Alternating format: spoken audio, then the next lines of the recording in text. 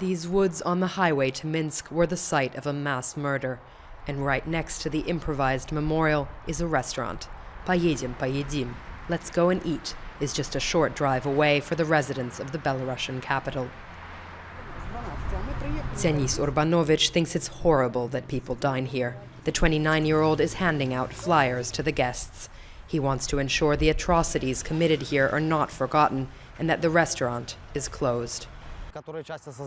Some of the visitors are aware of where they're going, and some aren't. And some people don't mind eating on bones.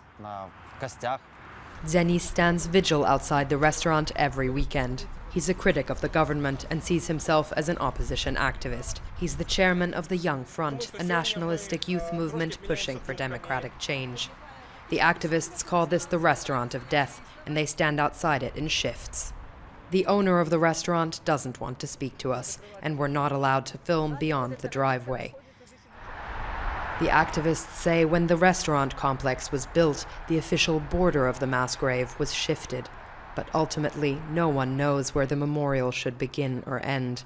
Joseph Stalin had between 30,000 and 250,000 people shot here in the late 30s and early 40s. Declared enemies of the state, those murdered were innocent victims of the Soviet dictator's purges. It was shortly before the end of the Soviet Union that the knowledge of this site became public. Since then, it has become an impromptu people's memorial and a center of opposition activity. Denis Urbanovich came here the first time when he was 15 with his father. Usually it smells like pine needles and leaves in the woods. But here you have the feeling that thousands of candles are burning. Denis's great-granduncle is one of the victims buried here. He was a teacher. Denis has sworn to defend the memorial. I just can't give this place up. I don't know how I could ever close my eyes to Kurapaty. I won't be able to sleep at night if I do. When I come here, something shifts in me. I start thinking differently. A year ago, the Belarusian government set up an official monument to the victims of Stalin's secret police. At the edge of the forest, the government removed dozens of large crosses and built a fence around the whole area. Officials said the crosses had been put up illegally. For Denis, the move was yet another warning signal. He's concerned the government wants to take control of the memorial and points out the country's president, Alexander Lukashenko, has often praised Stalin's legacy. We have to have a plan on how to finish fixing up Kurapaty, but no one should be able to do anything here without permission. What's going on here are demonstrations. It must be in someone's interest. These are political protests. Lukashenko has also said that the restaurant by the mass grave doesn't bother him. But in Minsk, not everyone agrees.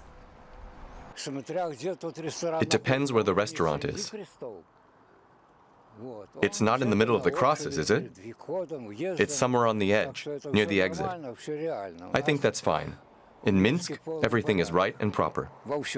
There are bones everywhere in Belarus. We don't know everything that happened here, but life has to go on. So now people go to a spot where people were killed to have a good time? It's not right. Denis agrees. He makes the bus journey from Minsk to Kurapaty at least twice a week. He has been protesting against the restaurant here for a year, and demonstrators want to keep fighting. Denis and the others see this restaurant as an attack on the memorial, and for them that means it's an attack on the people of Belarus. We don't really have anything of our own anymore, but we do have Kurapaty. They are here and we have to defend them. If the government destroys Kurapaty, I won't call myself a Belarusian anymore. They sing for Belarus and for the victims here in the woods. It's a prayer for the dead, but Denis Urbanovich has demands for the living as well. He wants the whole historical truth of this place to be revealed and is demanding the opening of Soviet archives.